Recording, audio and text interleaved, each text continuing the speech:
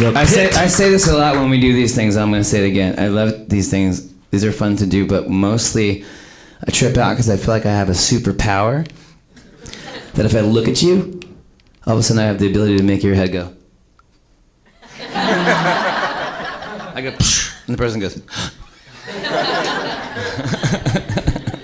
What a powerful superpower. I don't know how I'd use that. I know. I was just trying to see how Marvel would make that into a character, but I'm sure they would. Hey, Iron Man, I'm going to distract that guy. I'm making bob his head. Bob Man. What would that character be called? I don't know. I'm working on it. You just said Bob Man. Bob Man. But we were thinking about superhero names a little bit ago. Of course you were. Well, there would be one of them's called the Binge Watcher, and his nemesis is spoiler alert. That's awesome. That's great. 17 years you guys have been playing music together. Yeah. Yeah. It's not the years, it's the mileage. Oh boy. What stands out? What's the highlight? What's the biggest memory you have? Besides today? Besides today. Oh, bless your heart. I think highlights are from here, though. The Lollapalooza shows have always been pretty special. Right, Bri? That's true. David Letterman was always special. I don't know. That's hard. I don't know. I mean, we weren't expecting that. no. I mean, so it's a hard question. It's like there's not a thing, because I think Christopher and I, our drummer, and I were talking about this. Like, there's so much that happens. Like, we just went to South America for about 8 days and lived 3 weeks in that 8 days. Did so much, played so many things, met so many people, and I think our heads are always so focused on the present tense and kind of what's coming tomorrow that we just kind of have amnesia with what we've ever done and don't really think about it too much. And one day I feel like, is it just all gonna come? Like, are we losing our minds because we have too much information in there? So it's really, unless we specifically think about it, just everything has really been. We're just lucky. Like when you said 17 years, and we don't think about that, but when you actually say it out loud, we go, oh. I know. Well, I don't know what we deserved to still be around, but we'll take it. The really big highlight before. The biggest thing that happened to us before we started touring and getting known at all was, I think, 2003, when Elliott Smith, who was this amazing singer-songwriter, who's not around anymore, he was an acquaintance. He was a guy we sort of knew around town, and he got wind of our band, and we were just trying to, at that point, we were playing for a couple of years, trying to figure out what sound we were doing. And he offered us a gig with our other friend's band called Rilo Kiley, and it was in this theater. It was like 1,500 people, Henry Fonda, and we just thought, what?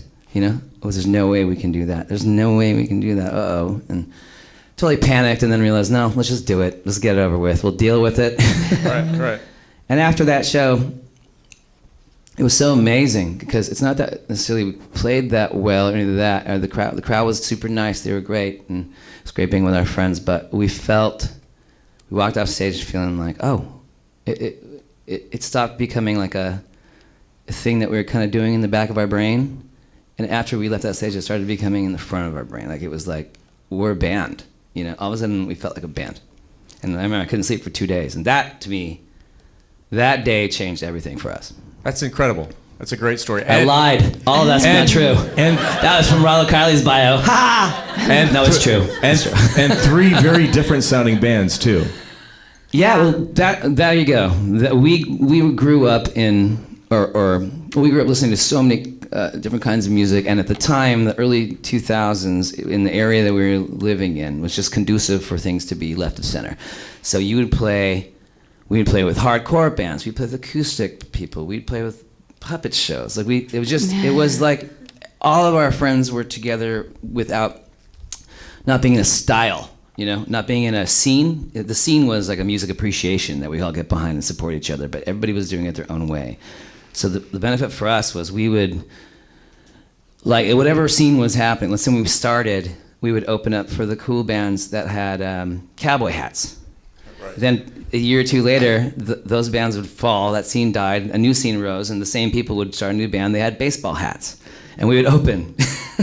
And then that would fall apart, and they all got 80s hairdos, and then we would open that, And so that has sort of has carried on through our whole all of our touring life, as far as like being pigeonholed in anything. Like we kind of float around with so many different kinds of things, and we're always so happy to be attached to the gamut of it all. Do you know what I mean? Sure. So that's like playing with bands like Joywave and Foals, all the way. Or just even now playing with Third Eye Smooth Blind and Snow and Patrol. Now with Third Eye Ocean Blind, Park Ocean Park. I mean, Standoff. like we're all over the place, and we've opened for Metallica, and like it's just we're happy that people don't go put that band with this band because they're the same.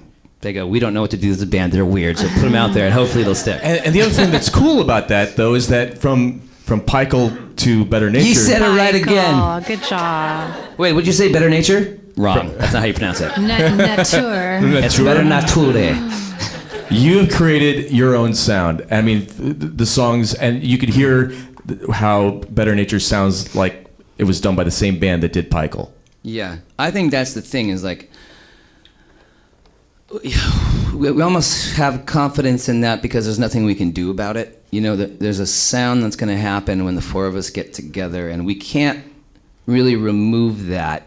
So it's if you don't like it, we go, all right, there's other stuff for you to do, but we can't do anything about it.